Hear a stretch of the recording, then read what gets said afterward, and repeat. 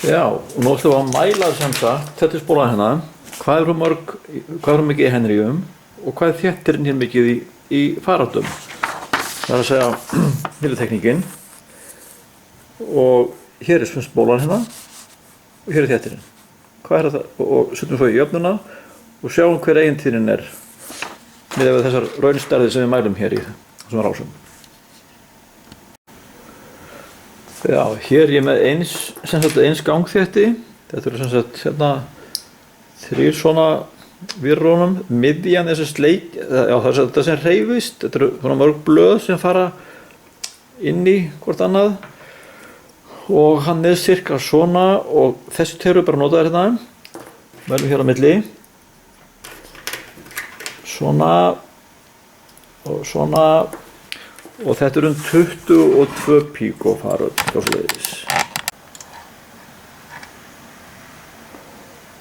21 píkofarad, cirka. Já, hér er sem spólan og aðþengjana og þessi mælir, það mælir bæði sem spólur og þetta. Og hérna, þetta er hvað það sjáist hérna, þetta er 234 mikrohenry. Sem er spansstuðl til þessa spólu. Þannig að þetta er þá sem sagt svona. Svona spólan er 234 mikrohenry og þetta er 21 píkofarad. Já, hittum við aðeins hérna þessa eigintíðnirás. Þetta er bandpassrás. Hér er tíðnin frekvensi og hér er spennan út. Og þegar tíðnin er lág, þá er lágspenna út af því að hún fer til spóluna til jarðar og þegar spennan er hærra en eigintíðnin þá fer þéttin út til jarðar. En þegar það eru við eigintíðnina þá eru jafnstórir, þessi tveir íhlutir hér eru jafnstórir og þá er spennan hæst hérna yfir, merkir hæst hérna út. Það er þessi toppur hér. Þegar aflið búið að lækka helming, þetta spennan hefur lækkað 30% cirka, hérna við 30 decibel sem kallað er, þar sem hann sker hérna tíðnina hérna, hér er það eitthvað tíðni og eitthvað tíðni hérna, þessi bútur hér, þessi frá héðan og hingað, hvað er bandbreytt. Þetta er bandbreytin sem þessi hérna eigintíðnirás notar. Og hér er eigintíðni í miðjunni hérna. Og hér er formúla fyrir hana, þessi hérna, 1/1000 pi, sem er rótin af spólunni, sem er þéttinum.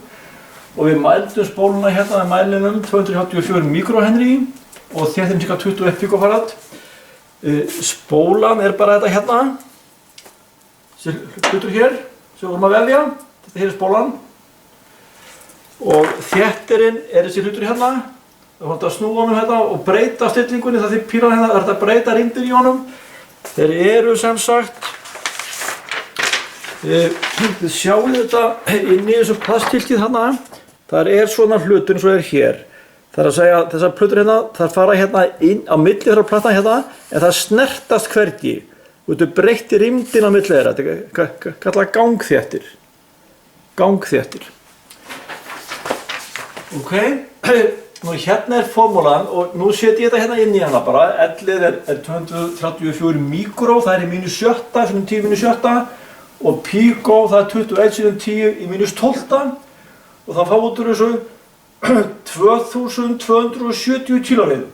En við vorum að senda á 1440, þetta er bara raunheimar, við reiknum eitthvað en svo er raunheimar, það er að segja, þessi rás tengd við þennan inngang hérna sem er hérna í tækinu, hérna frá magnari hérna, TA-magnarinn hérna, svona.